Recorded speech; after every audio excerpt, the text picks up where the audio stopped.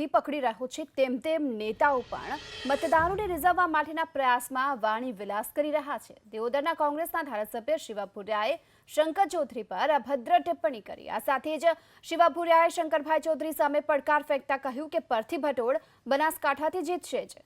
તો લાખણી મુકામે ધાર્મિક પ્રસંગમાં શંકરભાઈ ચૌધરીએ શિવાભાઈ ભુરિયાની હાજરીમાં ભાજપનો પ્રચાર કર્યો હતો અને હાલ શિવાભાઈ ભુરિયાનું આ વિવાદાસ્પદ નિવેદન સોશિયલ મીડિયા પર વાયરલ થયું છે।